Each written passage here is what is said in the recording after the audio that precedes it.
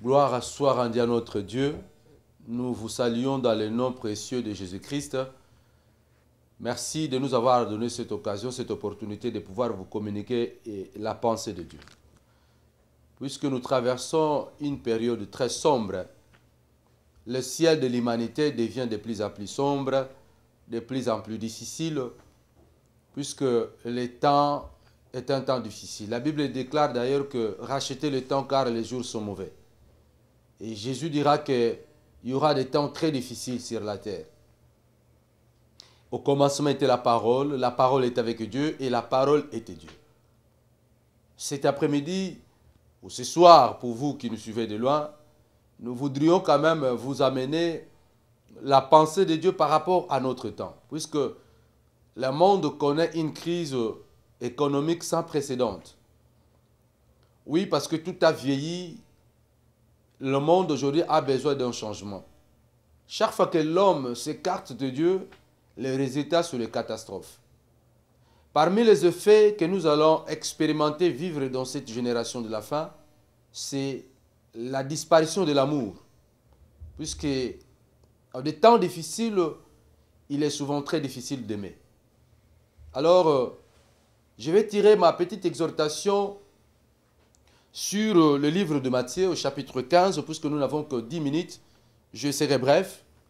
Au verset 5 à 6, Jésus dira, « Mais vous, vous dites, celui qui dira à son père ou à sa mère, « Ce dont j'aurais pu t'assister est une offrande à Dieu, n'est pas tenu d'honorer son père ou à sa mère. Vous annulez ainsi la parole de Dieu au profit de votre tradition. » Vous annulez l'évangile au profit de votre tradition. La tradition, c'est une doctrine. La tradition, c'est un principe. En quelque sorte, on dira aussi la tradition, c'est une loi qui est transmise la plupart du temps de génération en génération. On transmet les traditions. Et vous savez, une doctrine, c'est un ensemble de principes. Et ces principes, quelquefois, deviennent difficiles, même voire très difficiles, pour que l'homme s'en débarrasse de ces principes-là. Vous voyez que les pharisiens connaissaient la parole de Dieu, ils avaient la loi de Dieu entre leurs mains, mais la puissance de la tradition faisait en sorte qu'ils annulent la parole de Dieu pour favoriser la tradition. Oui, parce que le peuple voulait la tradition. Le peuple voulait conserver la tradition. Gloire soit rendue à Dieu parce que Jésus est venu nous annoncer l'évangile, la bonne nouvelle.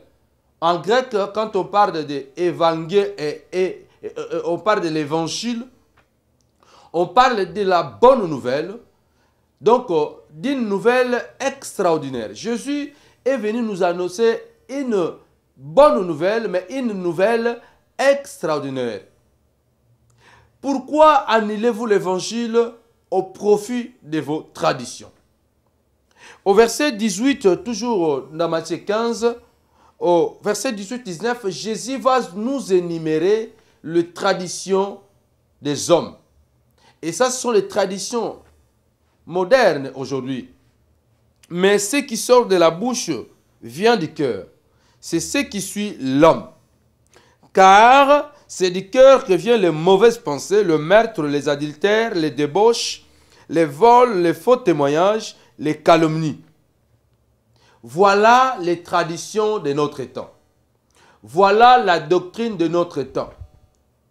Puisqu'il y a la souffrance aujourd'hui, puisqu'il y a les difficultés aujourd'hui, ces traditions qui font en sorte que l'homme annule la parole vivante de Dieu, vont jouer un rôle tellement important. Aujourd'hui, nous vivons une époque difficile. Dans Matthieu 24, au verset 12, Jésus dira, « Puisque l'iniquité, ça sera accrue, l'amour d'un plus grand nombre se refroidira. » En d'autres termes, l'amour de plus grand nombre disparaîtra. Nous allons expérimenter la disparition de l'amour à cause de la souffrance, à cause de la crise, à cause des difficultés, à cause de manque d'emploi. Puisqu'on manque d'emploi, vous serez obligé, au lieu d'obéir à la parole, peut-être à cause des problèmes, vous serez obligé de trahir votre mariage, de trahir votre mari, de trahir votre femme, parce qu'il y a la souffrance. Tout le monde ment, nous allons aussi mentir. Tout le monde vole, nous allons aussi voler. Tout le monde critique, nous allons aussi critiquer. Nous allons vivre des moments difficiles. Il y a une histoire dans le livre de 2 Rois, chapitre 6, 24 à 30. Il y a une histoire triste que nous n'allons pas lire. 2 Rois, chapitre 6, verset 24 à 30 dit ceci. Il y avait le roi de la Syrie qui avait assiégé la ville de Samarie. Et à cette époque-là, la Bible déclare que la famine était tellement intense dans Samarie que tout était devenu cher, puisque la ville était assiégée.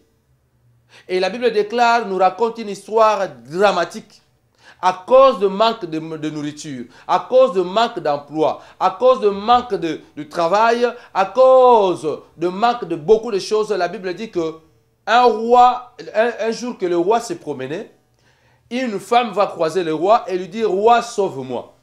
Et le roi lui dira « Comment pourrais-je te sauver? Les temps sont difficiles. Dis-moi qu'est-ce que tu as ?» Et c'est la femme qui dira « Écoute, roi, nous avons mangé notre enfant. J'ai mangé mon enfant avec l'une de mes amies. Cette femme-là, elle m'a dit parce qu'il y a la famine, mangeons ton enfant et demain nous allons manger le mien.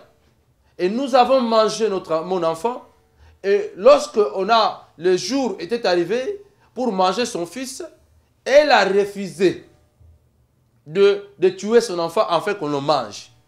Et la Bible dit que le roi était tellement terrifié par cette nouvelle qu'il a sauté, qu'il a fui. Il a déchiré ses habits. Et la Bible dit que le peuple a vu que le roi avait un sac. Voyez, lorsque le problème va arriver, comment la femme qui a couché son enfant, qui a porté son fils pendant 9 mois, elle le met au monde avec souffrance, elle perd le sang. Mais à la fin, c'est la même femme qui devient cannibale, qui va manger son fils.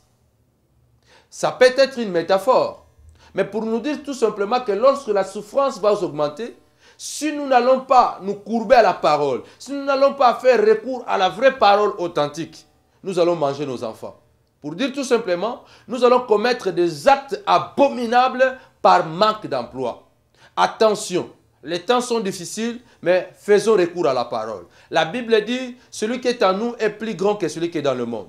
Dans le livre de Jean, au chapitre 16, verset 33, Jésus dira ceci. Je vous ai dit toutes ces choses afin que vous sachiez, afin que vous ayez la paix en moi. Vous aurez des tribulations dans le monde, mais sachez-le bien que prenez courage car j'ai vaincu le monde.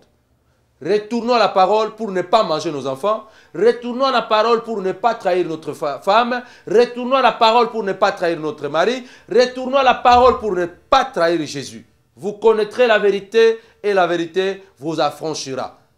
Jésus a dit, je suis moi-même cette vérité. Retournons à la parole. Les temps sont difficiles. Il y aura de moins en moins de travail. Mais pour ceux-là qui marchent dans la vérité, ils ne manqueront de rien. Parce que David dit, j'étais jeune, j'ai vieilli, je n'ai jamais vu un juste abandonné. Ni sa postérité mendiant du pain. La Bible déclare que la lumière des justes se lèvera au milieu de la nuit. Malgré que le ciel de l'humanité est devenu sombre. Mais pour les élus de Dieu, le soleil se lèvera. Pas question de manger nos enfants. Pas question d'être adultère, débauche. C'est tradition du monde qui est le mensonge, le calomnie, l'adultère, la débauche. Tout ce que vous voulez, ça peut devenir aujourd'hui monnaie courante ou la voie obligée pour vivre. Mais nous croyons que la voie obligée, la voie par excellence pour triompher sur la crise, c'est Jésus-Christ. Que Dieu vous bénisse. À la prochaine. Bye.